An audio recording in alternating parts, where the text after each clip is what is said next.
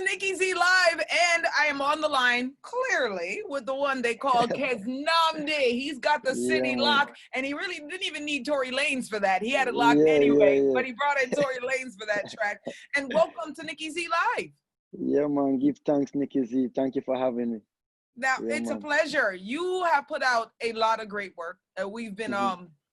following, watching, and especially playing them on the show. One of your most Yeah. requested songs next to City Lock has got to be The Girls Love You Enough. So, Yeah, the ladies love that song a lot. But yeah, tell me what yeah. you've been up to. What's been going on? Yo, we just been back in the studio. You know what I mean? We were supposed to go on literally a world tour for the album. We had a series of big festivals that we're going to be on this summer. And, this is actually like the first, after since like for 3 years, 4 years, the first year that I'm looking at that I have no bookings or nothing, you know what I mean? So it's Right. kind of exciting knowing It's that, yo, exciting? yeah, man, it's exciting, man, because we get to live, we get to just be in one place at one, just for a good little time and get to build in. And usually when we release an album, we hit the road right away, you know what I mean? Right. But this is the first time we ever release an album, and then it's like we go right back in the studio, so I never have to break the creative energy, you know? So we give thanks for it, man. We in the studio That's and amazing being because a very lot of creative. people who can't tour because of what's going on with COVID Yeah, and so many yeah, things and so many restrictions, they're yeah, not everyone is having such an yeah, easy time. yeah. I mean, do you think for you it's because you have such an amazing family structure set up? Well, me out here in LA right now. We've been So back you're and away forth from New York, family. so we're actually away from because when this whole COVID thing happened, I was out here Oh, and the door them locked, so. So then it was kind of a little weird thing for me because like we never really have nowhere for really stay like that and thing. And so we did have to get ourselves situated and we got a nice studio and things. So not really necessarily true family, but obviously, we privileged to have a strong family. It's not everybody can say that, you know what I mean? yeah. That supportive. But at the end of the day, it's just a good vibe because for me quarantine myself from before quarantine, you know what I mean? So Oh, me this is, too. So this don't bother me one bit. Trust yeah, me. and one thing this do is like it focus you, you know what I mean, on what you really need for the which is the work in the studio, you know what I mean? Like live shows are great and everything because you get to create memories with people who listen to your music, you know what I mean? And that's something that you can't put a money value to that, you know what I mean? But Not at all. at the end of the day, is the records really is the work, so getting the chance with no distractions just to be in the studio is very refreshing for me. Yeah, You I know what can I mean? imagine. So And your whole life has been centered around music. I mean, exactly. you're not somebody who came in this business and now you have to learn about touring. Now you have to learn about the Yeah, industry. You've been yeah, doing this since you were a baby. Like your yeah, parents, yeah. they were in a band. The band is called Chakula, right? Chakula, yeah, Chakula. Tell yeah. me about the band. Yeah, well, chakula means food, and it in Kiswahili, Oh, so it means it's really spiritual food, that's the name of the band. But yeah, my parents used to do a lot of tours in Europe when we were really young. Like most of the summers, they were gone away. You know what I mean? And I remember a lot of times we used to cry because we want to come on tour to us youth. You know what I mean? But and you missed your parents and you missed them. and yeah, and a little bit of that too. You know what I mean? But most of all, You wanted to go So tour. exactly. But at the end of the day, it was a very musical background, and it wasn't something that I thought too much of it growing up because Right. I thought that everybody's household was like that, where No. and in those days we had a studio in the house, and it's not like now where everybody have a studio. Once you have a M-Box or a Apollo interface, you can have a studio. Once you have a little laptop and a microphone, that's not the case. In those days, for a studio is like, yo, you have a studio in your house. You know what I mean? Big So pieces of equipment. You can't yeah, afford it. You ain't getting it. yeah, you know what I mean. So for have a studio in the house at that time, because my father was a sound man. The man that Right. used to his sound was called SLR.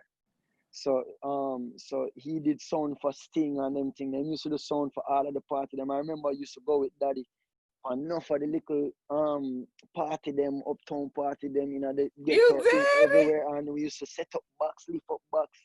And I so come now we did get the build my father build up the little equipment day by day and can get a studio, you know what I mean? So Tell the truth though, when you went yeah. to those parties, when was the very first time? How old were you when you had your very first whole bottle of Guinness for yourself? Ross, early man. From me about 9, 10 years old, man. We have first buckle of Guinness and must split. Yeah, man. Yeah, You man. know, a lot of people never get the privilege of having both of their parents and having that Yeah. kind of a structure. Even if the parents were traveling, just the fact that you see two adults that love each other working on a relationship for continued years, regardless of whatever happened in between. But to see that structure is not common for a lot of us. So what would you say to those who may not have had that kind of structure? How would you tell them or describe the importance of having a family structure, not just for an adult who's trying to do better, but for the kids that might be involved as they grow up? First and foremost, you know, like growing up in a household where my parents are like soulmates. You know, like I never see a love like that ever. You know what I mean? Where I grew up and see my father kiss my mother, hug my mother every single day. I never ever hear my father argue with my mother yet. But one time I ever hear my mother argue with my mother, and one time I did get suspended, and like me and my father argue, and him, you know what I mean, him disciplinary, and my mother never really too like that. And that was really the only little time I ever hear that doesn't mother count even, then. That but doesn't that count. don't count, cause my father, but point what me I say is it was real love, you know what I mean, and is real love, and it's not everybody can come across that in this lifetime, you know what I mean, and I think a lot of our issues stem from parenting in the world today. I feel like stronger parenting build better homes, and stronger homes build stronger communities and stronger nations, and you can and stronger world, you can keep going. But however, life is life, you know what I mean? Everything don't work out perfect. It's not that um and I think for the most part, even as a father myself now, for my first Father's Day, you know what I mean? I'm starting to see a lot of things, and I think for the most part, you always have to just put the youth first. You know what I mean? Because it's not, because when you get a youth, it's not about you anymore. You know what I mean? It's not about anything other than the youth. You know what I mean? Because this youth now, I depend on you for guide them through life. You know, Not just pay a bill, but to and help not just guide. pay a bill. And actually, what's crazy is that what inspired this and the name and the concept of this entire album was the song that I have on the album called Bloodline. And Bloodline was if you listen to Bloodline of the album, it's all about parenting. You know what I mean? And that's really what inspired that, because I know what it feels like to have good parenting, and you don't have to be in a relationship with somebody to have good parenting. No, You know what I mean? I've it's seen really many about yeah, teaching unconditional love. That to exactly. me is the bigger part of the entire Yeah, picture, because you can be separated, but if yeah, you unconditionally love your kid and you have yeah. unconditional love for what your ex or Mm-hmm, whoever that is doing mm-hmm, for your kid, that mm-hmm, is what should be fueling yeah. us. And I see enough examples of that. I see there's a lot of examples in around me where I see people figure it out and have a beautiful understanding and overstanding with each other, and that is always something that I admire a lot, because that's not an easy thing to do, you know what I mean, to drop your ego, drop your pride, and get to the real important And thing, which is your especially in youth. today's world, remember back then when our parents and our forefathers were falling in love, there weren't as Yeah, many distractions from that love definitely. as there is today. Yeah, man, you have Instagram, you have the Twitter, you have everything. Like, it's all love, love, love different now. You know what I mean? Yeah, you can get up in Yeah, anybody DM nowadays, boy. yeah, man, yeah, man, yeah, man. You have to have a discipline. Now, I mean, Man. you were 5 years old when you did your first song.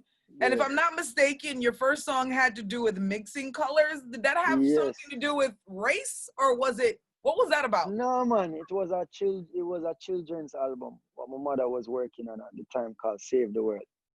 And at the time, um, you know, five picnic in the house, you know, and obviously with my mother working on a children's album, so she brought her children in and her children's friends in the studio at the time and stuff. And I was the youngest at that time. And we were making a song about just genuinely just mixing colors, what color make what color. And I remember that was like my first professional setting. At that time, I didn't even know what colors made what color. So my mother did have to hold up the crayon them in the studio. So I can remember that red and I still don't remember which make what color still up to this day. If we did You have to don't go remember record the that song, lyrics? You don't remember the lyrics? mix a color all day long. I say red and yellow make. I don't even know the name. My mother would have probably still have to hold up What the red and crayon yellow them make still, again? my mother would have to still hold up the same crayon them. Wait, what does red and yellow make again? Me no know. Now I gotta Google this. What does red and I'm gonna say green. It's either green or blue. What are you No putting your man, money a on? lighter color. I feel like it's a lighter color. Red and yellow make orange. You saying it's orange? Oh, Yeah. you're right. I think you're right. Hold on. Yeah. Red and yellow makes orange. Yeah man, cause a light too light, too bright. But yeah, that was Yellow really and what blue is green. Yellow and blue is green. so my mother used to hold up the crayon name so I could remember the thing. But at the end of the day, my song never make the song when we did record never make the cut for the album. I remember being upset about that, but it was still a great vibe, you know what I mean? Family Now, vibe. So you also played an instrument. You play guitar or other instruments on top of that? later on, like when I was about, like me used to rap, when me did want to do music, cause that was what was cool at the time, rapping, you know what I mean? Hip Who are hop. you listening to? Them time me I listen Nas, me I listen to Fugees, me I listen to like, Reasonable Doubt from Jay-Z, and like really, I was a real hip hop head, and at that time my father used to tell me, say, brother, this rapping thing, you have to sing, you have to can play instrument, and he used to instill them thing in me, and then obviously being in a household where music at a high standard was very important, like my parents with them, we used to rehearse for hours and hours and hours, like 6 hour rehearsal sessions. How did your every day of the mom week. do that and also be a school teacher, an educator? Boy, I mean, I know how she did it. The greatest woman alive, that to me, man. I don't know. She with very little sleep, that's all I would say. She achieved a lot with the little time that she have, and having 5 children. And my mother wasn't really around a lot, you know what I mean, because she was working so much. But if you ask any one of our children, we never ever felt lacking of her love and her attention. I don't know how she did that, you know what I mean. Even now, having a little one now is just like, damn, 5. I can't imagine that, you know what I mean. So, but yeah, man. What the question again? I don't even know anymore because I was just listening to you. Yeah, but you also yeah, lived in Tanzania. Like yeah, how? I mean, you left Jamaica and went to yeah. Tanzania? When I was about 12, 13 years old, mommy What is come that home and like? I mean, the first time you stepped off the plane and you're seeing this place, what yeah. was that like? Well, moving to Tanzania now, I remember when my mom told us for the first time, and we had a little globe in the house, and she showed me, and cause me never even know what Tanzania was at the time or what it is. Them time living in Jamaica, you like me never even pre outside of Jamaica, and I never even take a plane before at that time, 12, 13. My first And so plane now flight you're taking a 14-hour trip or longer? 22 hours? that was my first plane ride to Africa, and them time them think say Africa is just baboons and this and that, and check a stack. When we moved to Tanzania and Ethiopia, these places are even more developed than Jamaica. You know what I mean? And yeah, moving there was I think that was one of the key things that brought our family so close together. Because when we were living in Jamaica, everybody had do their own thing, Camila have our friend them, Kimani have our own friend them, Kelly Sato, me have my own, like nobody you know what I mean? But moving to Tanzania now, we never really have nobody but yourself. We couldn't speak the language, we in a new culture, we don't know where we're going. So really it was just our little unit at the time, and I think that really made you appreciate Why did you family go life a there? little more. Well, my mother, you know what I mean? My mother and my father, you know what I mean? We say Africa, you know? So we say Africa too, you know what I mean? And then we lived there. We lived in Tanzania for 3 years. And then we moved to Ethiopia for another 3 years. You know what I mean? Well, I lived there for 3 years and I went to school, but mommy and daddy them lived there for like 8 years. Yeah, 6 8 years. So it What was would you crazy. say? What was the biggest thing you learned about life over there versus life in Jamaica, aside from it being developed? Um, what did I learn now? All right. First things and foremost is that being a Rasta and the parents that I have who are very them instill Africa in you from a young age and hearing that and as a Rasta you growing up in Jamaica, all you hear is about Africa, Africa, Africa. You know what I mean? And it's just kind of like a fantasy thing. And being able to live it and touch it and feel it and being at the place, in the environment, feel the air, it really show you know. And like, you know much man me see in a Tanzania where look like my brethren them in a Jamaica. Mm-hmm. Or, all right, it different still. Tanzania now was more of a place where it was way more free and remind me a lot of Jamaica, to be honest, Tanzania. Ethiopia now was a place that was very more spiritual. You know what I mean? I've heard that a lot. All of these people's life, their life is centered around the church. You think Jamaica have enough church? You know, if you see Ethiopia, everywhere you go, you have church. You know what I mean? So yeah. What about the To bars? live that And yeah man, not Ethiopia, Tanzania did have enough bar. And I think not just Africa on its own, but I just feel like traveling is the best classroom. You know what I mean? And that did really mature me as a youth for see so much different cultures and being experiencing different languages and different people and different ways of life and thing really show you that yo, this is a really it bigger than just you know what I mean? This world big, you know, and I think that's one thing what did traveling at such a young age and moving around all different places, it really show you say one, home is where the heart is, and you have to travel, but have to find a way they for say get home is out. where the heart is, but maybe it takes a little bit more than just having that part. I mean, the heart of a place, but you need to have family. From what I'm hearing from you, it helps make a home for you. Yeah man, of course that is a part of a home, you know what I mean? A Right. home, that means say that you know a home is where the heart is, meaning that you have to be okay with being uncomfortable. In Yeah. other words, being able to go somewhere where you never go yet and being okay that yo, you still have your home, which is yourself and who you are as a person. You know what I mean? And being comfortable. Enough people afraid for even no, me know some man will live in a Negril, you know, we never even go Portland yet. We know some people were there Listen, in Kingston, we never even I left don't know Kingston how yet. anybody in Jamaica has Yeah. not gone to Portland. Yeah, I I tell don't you, even them understand that exist. theory. Them exist. So you have to get out of your shell, you know what I mean, and move and see what's out there for you, you know, and doing that takes a little being uncomfortable with it, with experiencing uncomfortable things, and that's when you get home is where the heart is, because that Can is I what ask you brings a comfort. question in regards Mm-hmm. to being an artist, right? Mm-hmm. When you're a culture artist, do you think that when you're a culture artist and you have lighter skin than other Mm-hmm. culture artists, do you think it's harder for people to take you seriously, whether it be industry people or actual music lovers? Do you feel that when you do culture music that they look at the colorism part of it? I think this industry tried to do that, and I think within the industry, I definitely think that play a part because image and all of them things. But I think the everyday people don't care about that. I think the everyday people care about music.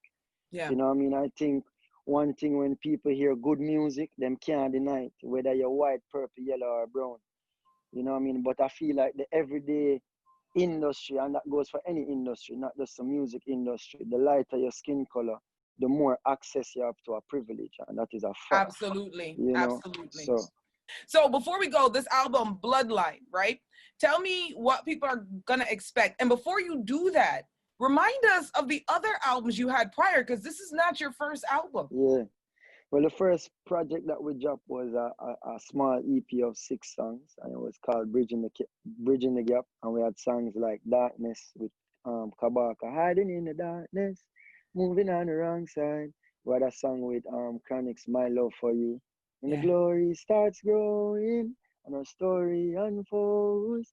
So we had records like that. And then on Skyline Levels now was another EP, Skyline Levels Volume 1. And for those who don't know, Skyline Levels is not just the name of his album. It's a place in Jamaica that you need to go and have some good reggae music experiences. Yeah, I think Skyline Levels is a very reason why we named the project that it was to represent where we grew up. We grew up in a very rich community in the sense of not wealth but rich in experience, because you know it's a place where the wealthy live, the place where the poor live, is a place where enough Rasta man live too, and that are the greatest thing. Enough Rasta people live in that area there, enough talented people, and culturally what's happening there right now, there's a lot of great reggae music being produced on that hill that is being dubbed Reggae Mountain now. You know what I mean? Where you have Dub Club, you have Skyline Levels, and you have enough talented artists. So it was really to represent and showcase that, you know what I mean?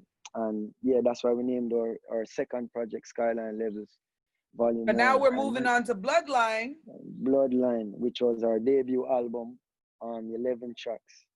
And you know, we have songs like The City Lock on it, we have Love Me Enough, we have songs like Justice, Bloodline with Mortimer, Victory with Chronix, you know. So yeah, man, it's a nice body of work. Oh my gosh, I love that song.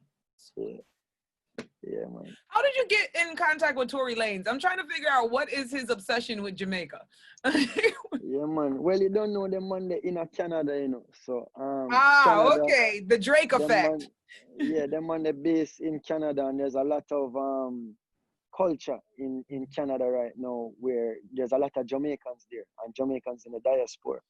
So because of that, you don't know, Jamaicans are very influential people. You know what I mean? Anywhere them go, them leave them mark. You know what I mean? Because the culture so rich with music and just vibes, you know? So I had an interview with Cranium. He said that it's true. The rumor is that women prefer Caribbean men. He was very adamant about saying that all the rumors about Caribbean men being the best is absolutely true. Yeah, well, you know what I mean? Well, I hope so. I hope the Caribbean man them do them part so we can, you know. Well, he said he gives thanks. Rasta, you know? Well, yeah, that's what he said. He said he gives thanks to all of the elders in the business because they said it with the ladies. Why the ladies know Jamaican men are the best. Yeah, man. Because here, you see, Jamaican man can cook, you know. And the fastest way to a woman's heart is to them belly. You know what I mean? So, you know, when you can cook up a good ital stew for a woman and then eat pork alone, you know, and them love it more than all the pork. It's like them say, nah, man, I don't want you, man. I don't want you. Where the ring there? You know what I mean? So, but yeah, man. But to Canada, you don't know the culture, and then we actually linked up with Terry Shatter Clothing, who his name is Terry, and that's Sean Kingston's brother.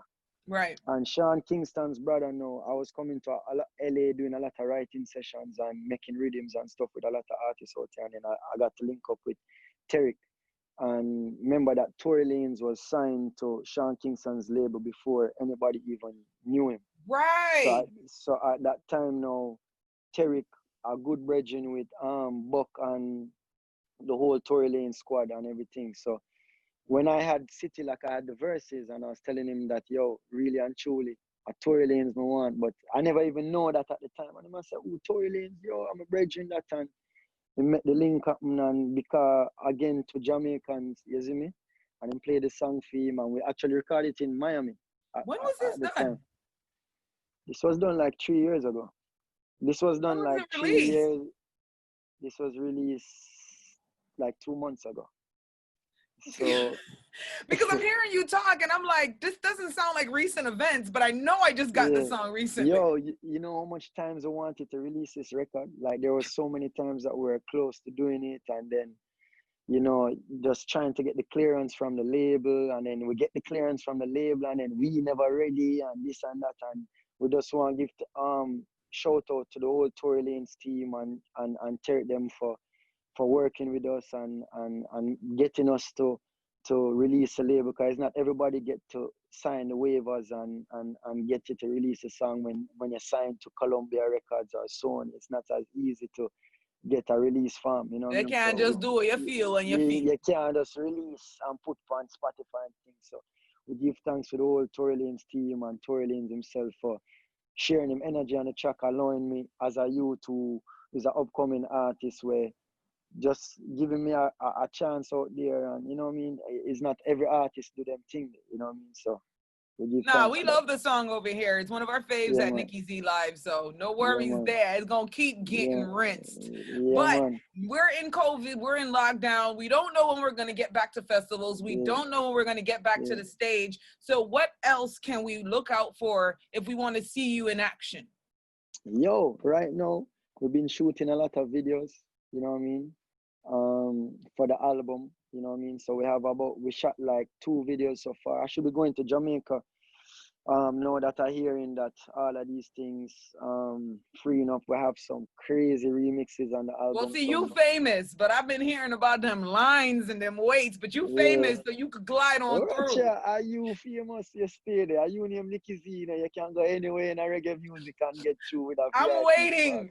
I'm waiting a little bit longer. So, yeah, me I go wait a little longer too, because I'm in the quarantine thing. Listen, you know what I mean. So, I'm going straight to Port Antonio, straight to Frenchman Beach. You see what I say? If I quarantine, I so me the whole way I go over there. All us. But we have some really exciting remixes for the album, because we're going to be dropping a deluxe version later on in the year, and we have some big features that I like. I cannot wait to announce the 2 features that we have in place for. You gonna give me any exclusive? Not yet. We soon, but here one out, me make you a deal though. Me come back on the show again when that happens, and you get it first. How about that? Woo! But that means you gotta come on my podcast, Sex, Weed, and Reggae, and you gotta agree to talk freely about sex, weed, and reggae. I hope you're ready for me to talk freely. That's the thing. You see me? Please, so, I hope you're ready for me and my questions. I hear you, my darling. I hear you. All right, so when does the album come out, or is it out now? So the album was released like 2 days before the whole lockdown, but with the deluxe version is going to be in like 2 months. We're just going to finalize the videos, and we're mixing down the remixes that we have, and we're trying to coordinate the release dates with the 2 artists that we have. So once we secure that, I think it should take about 2 months. Okay. So we're going to be dropping the deluxe version. The album is out now, so they can get Bloodline, but in 2 months, it's going to be re-released, and there's going to be more added to it. What? Special. Well, then everybody already know what to do. In the meantime, if you didn't buy the album now, you can buy it, or maybe even pre-order for the one that's going to come out soon. Good. But keep requesting the tracks. Let your local DJs know the good music you want to hear, so they can stop playing the hype crap that is not helping our industry. But tired for talk to Uno. Make sure you tell them to play City Lock, one of the hottest tracks with Tory Lanez. And if you haven't heard Girls Love Enough, well, go watch the video, Bonnie and Clyde style. What else do you want us to know before we wrap up and go? Yo, right now, we just want to tell everybody, say, Keznamdi, we have enough music in the pipeline. We've been in a very creative space, you know what I mean, which is not usually the case because we have so much going on. So I have a lot of new material, and just very excited to share it with the world, because the world needs good music right now. Absolutely. The world don't want bubblegum music right now. The world want good, strong music right now to keep them through these times. So music with a message. And it shows you how important reggae music is right now, because a reggae music tell you the real things in a reality and tell us our oral history, and it's that we need most of all right now. So that we have to give them, you know what I mean? So the man ain't telling no lies. He's telling no lies. And what else do we need? We need strong Black men just like this one right here. Yeah, man. And Nikki Z, we just want show love and respect to you. And we love what you're doing with the new show and everything. You've been building it up, and I appreciate you sharing your platform with my music, and you've always been one of them people there along the way where I always show love and support anytime we have anything. So I always will. Yeah, man, and you don't know, is next time me in Miami and it's the right time, me are forward to the studio and we are doing in studio. Good. Just bring me some herbs. Bring me some herbs yeah, when you come. We have the highest. Nobody not have the highest herb than Keznamdi. There's no artist who have higher herb than Keznamdi. So I got that for you. I'm gonna tell Junior Gong you said that. I'm gonna tell Gongzilla you said that. All right. Tell him, man. We'll bring it. All right, where can people follow you and stay up to date? Keznamdi, man. Keznamdi. Whatever platform you use, just type that in and you'll find what you need to find.